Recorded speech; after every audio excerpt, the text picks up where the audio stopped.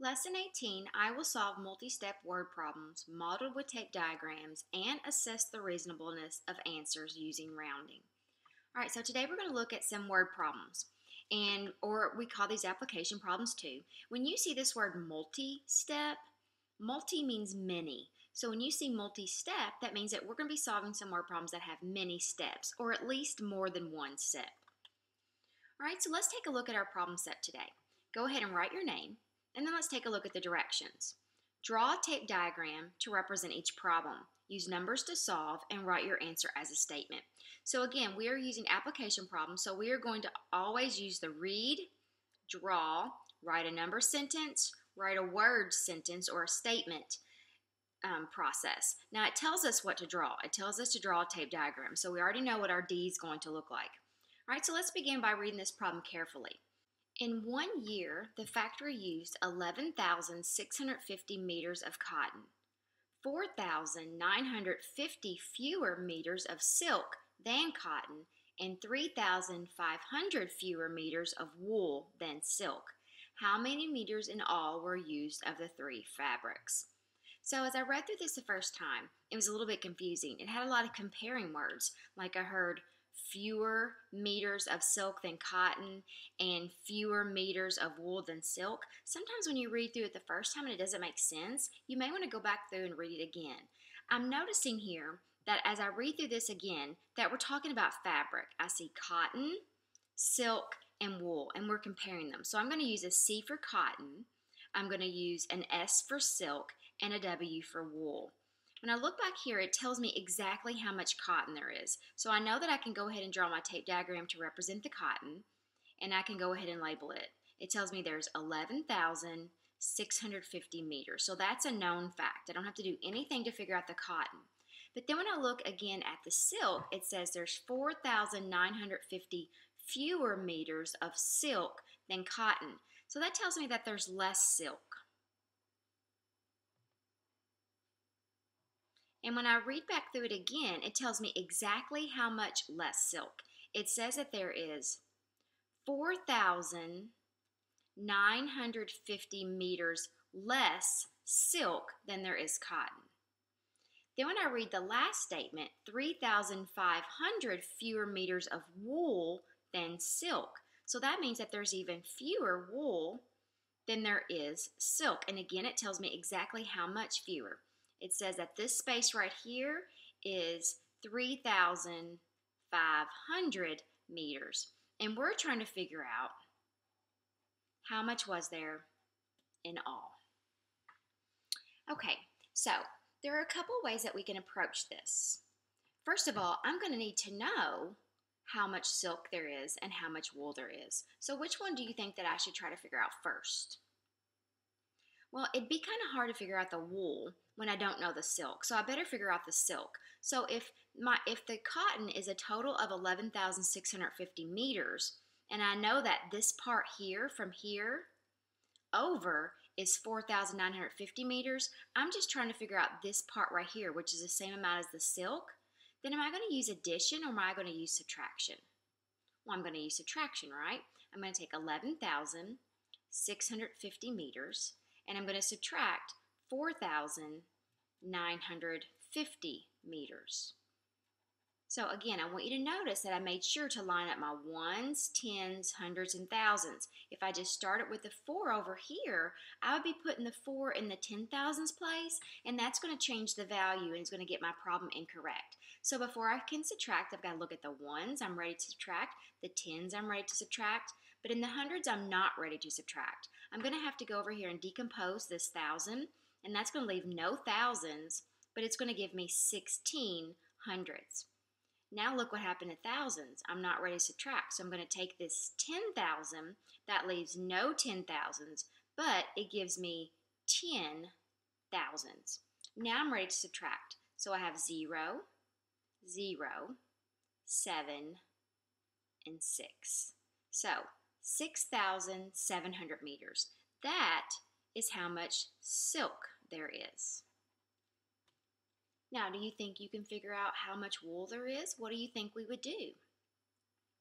Well, we know that this total tape diagram here is 6,700 meters, and I know from this part over is 3,500 meters. I'm trying to figure out what this part of the silk is because that's going to tell me how much wool there is. So I have a total, and I know a part, and I want to find the missing part. So what do I do to find a missing part? Well, I'm going to subtract again. So I've got 6,700 meters of silk, and I'm going to subtract 3,500 meters fewer of wool, and that's going to tell me how much wool there is. So this one's going to be a little bit easy because I'm ready to subtract in all the places, so there's going to be no regrouping or no decomposing. So that tells me that there are 3,200 meters of wool. But I still haven't found the answer because remember the question says how many meters in all were used of the three fabrics. So what would I do to figure out how many in all? Well, hopefully you said that I would add. Let's go ahead and set up this problem. So we have 11,650 meters of cotton, 6,700 meters of silk, and 3,200 meters of wool.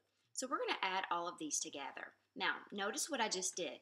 I've got number sentence, number sentence, number sentence. So I drew my tape diagram. I just wrote a number sentence. When I solve, this is going to be my final number sentence, and that's going to help me to write my answer as a statement. I want you to go ahead and do the last two steps of this application problem, and then let's come back and check together. Okay, so when I added these three numbers together, I got a total or a sum of 21,550 meters. So I went ahead and wrote my answer as a statement.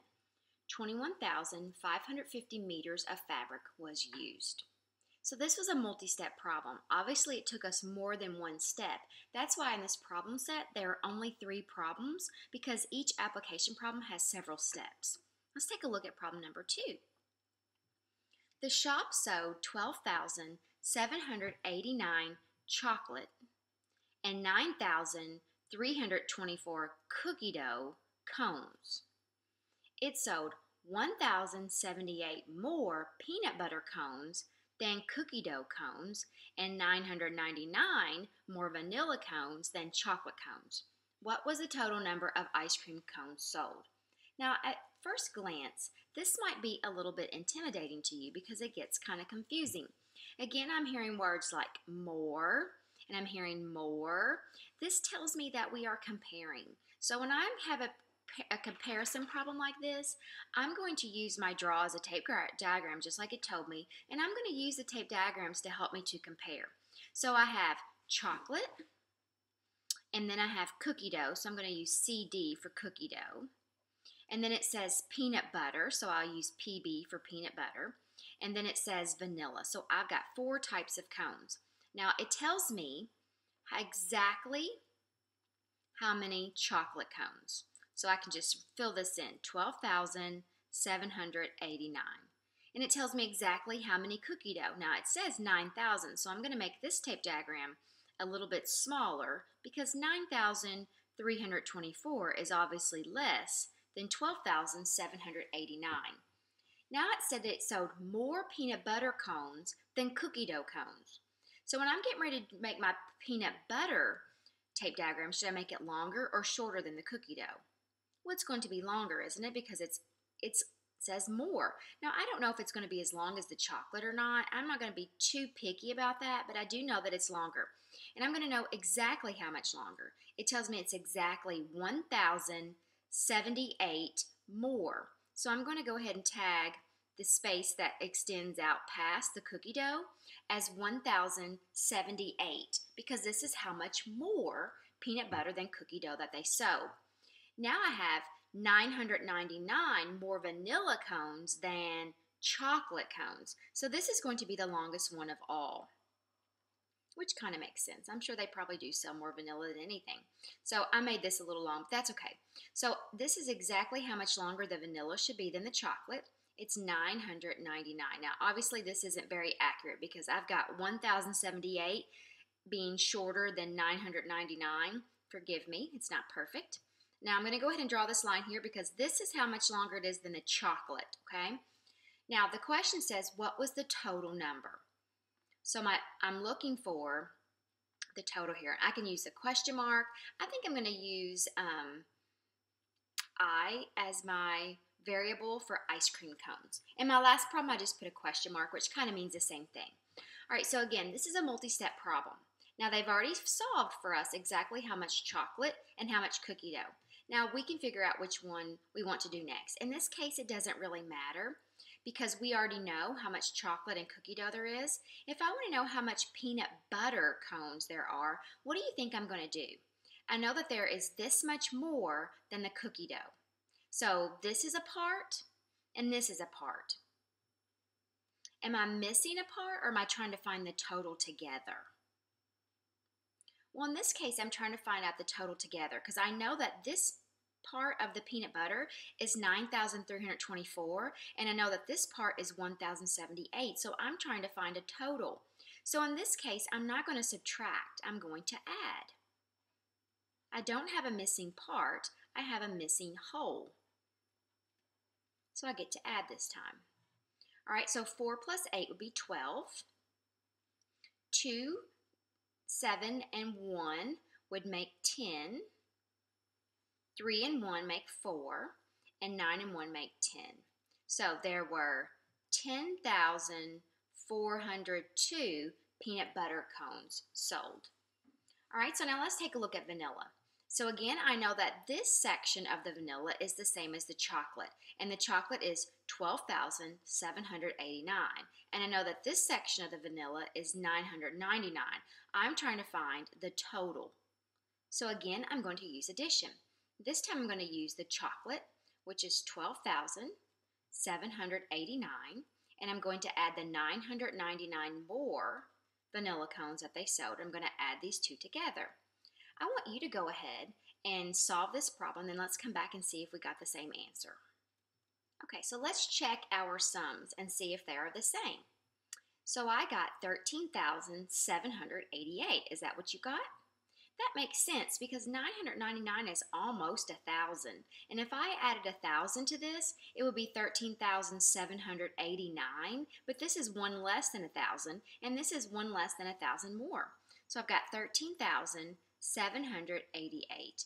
But I'm not finished because if you'll notice, it asks for the total of all three together. So now here's where you have a choice. You can try to add all four of these amounts together, or you can add two together, and then add those together. I'm feeling a little brave today, so I think I'm going to go ahead and add all four of them together. I've got 12,789, 9,324, 10,402, and 13,788. The most important part about setting up this addition problem is making sure that I have all my ones, tens, hundreds, thousands, and 10,000s in line. Because if you're not careful, you'll get those out of line, and if you write messy, you're going to make a silly mistake. So let's go ahead and pause the video. We've already read the problem. We drew a tape diagram. Have we written any number sentences? Well, yes, we've written 1, 2, 3. And then when we finish, when we find this total sum, we're going to write our answer as a statement. So I want you to see if you can go ahead and finish this problem, and then let's compare sums. The worst thing that happens is one of us makes a silly mistake, and then we can go back and fix it. Okay, I don't know about you, but whenever I was trying to find my sum here, I had to really concentrate to make sure that I didn't make any silly mistakes because that was a lot of numbers to keep in my head. And whenever I was bundling and carrying over, I ended up with 2 10s instead of 1 10, which is kind of uncommon. But whenever I have four numbers together, that's going to happen more often. So I ended up with 46,303. So I was ready to go ahead and write my answer statement, and I wrote 46,303 cones were sold. All right, so let's take a look at problem number 3. So again, we're going to use that RDWW process. Now here's where I'd like for you to be a little bit proactive. I'd like for you to read through this problem by yourself and just see if you feel like you can at least set up the tape diagram by yourself and do as much of this problem as you feel comfortable. If you get stuck, don't sit there for 10-15 minutes. Reread the problem, and if you get to a point to where you can't go any further, you can always press play and I will walk you through it. Okay, after reading the problem, I can see that in this case, we're not comparing omelets, but we're comparing the weeks in June. So we have the first week of June, the second week of June, the third week of June, and the fourth week of June. Now it tells us exactly how many omelets were sold in the first week of June. It says that there were 10,345 omelets sold in the first week of June. In the second week, it says 1,096 fewer omelets were sold than in the first week. So that tells me that in the second week, we're going to make our tape diagram shorter, and it tells me exactly how much shorter to make it. It says here, I'm trying to make this where I can squeeze this in, 1,096 fewer, okay? Then, I'm going to make my pen a little bit thinner. Then it says, in the third week, 2,000 more omelets were sold than in the first week. So when I make my third tape diagram, it's going to be longer than the first because it says more. How much more? Well, here is the first week. So I'm going to go past the first week and I'm going to go 2,000 more. Then it said in the fourth week, 2,000 fewer omelets were sold than in the first week. So we're going to make this one shorter than the first week. And it's actually going to be 2,000 shorter. And again, it's asking for a total. How many omelets were sold in June? So we can use a question mark, or I'm going to go ahead and use the variable O for omelets. Okay, so now that we have our tape diagram set up, we're ready to start solving. So I think I'm going to go ahead and solve for the second week first, and it tells me that I have 1,096 fewer. So I have the total, which would be 10,345. That's how much all of this would be together. And I know that this part is 1,096. I'm missing this part. So since I'm missing a part, I'm going to use subtraction. I've got 10,345 minus 1,096. So let's go ahead and find the difference. So I cannot subtract in the 1, so I'm going to have to decompose. I cannot subtract in the 10, so I'm going to have to decompose. I'm okay in the hundreds, but I'm not okay in the thousands, so I'm going to have to decompose again. Now I'm ready to subtract. So I have 9, 4, 2, and 9. So this is how many omelets were sold in the second week, 9,249. So if you look at this part plus this part equals 10,345. So this becomes my total. So now for week 3, it says there were 2,000 more omelets sold than in the first week. Now I feel like I can do this without writing it out because it says 2,000 more. When I look at the thousands place, what would happen if I added 2 more to the thousands place? Well, I learned that when I'm just adding to the thousands place, nothing happens to the other digits, so it's just going to be 12,345. If that doesn't make sense to you, you could go ahead and write it out in a number sentence. For week 4, it says we're going to go 2,000 fewer than in the first week. Well, how many thousands were sold in the first week? 10. Well, if I took away 2 thousands from 10, how many thousands would be left? 8, right? So there would be 8,345 omelets sold in the fourth week. Again, if you wrote those problems out, that is not incorrect. That's perfectly okay. I just remembered that if I have all those zeros, I can do it in my head. So now we're going to find a total. So again, I'm going to let you find the total all by yourself. If it was a little bit tricky for you to add all 4 of these numbers together at the same time, maybe you should try adding 2 numbers together, and then 2 numbers together, and then finding a total. But I think I'm going to go ahead and try to do all 4 numbers together. So, if you'd like to try this by yourself, pause the video and then we'll come back and see how we did together. Okay, so when I was finding the sum, it was a little bit easier this time because I had lots of numbers that were the same, which helped me to be able to add this a little bit easier. So when I found my sum, I ended up with 40,284. So the question is, how many omelets were sold in all in June? So the answer is, there were 40,284 omelets sold in June. So we spent some time today solving some multi-step problems. There were several steps, but by drawing the tape diagram, it helped to make it a little bit clearer to me what steps to do first. And by going back and rereading the question and writing it as a statement, it helped me to make sure that I always answered the question that it was asking.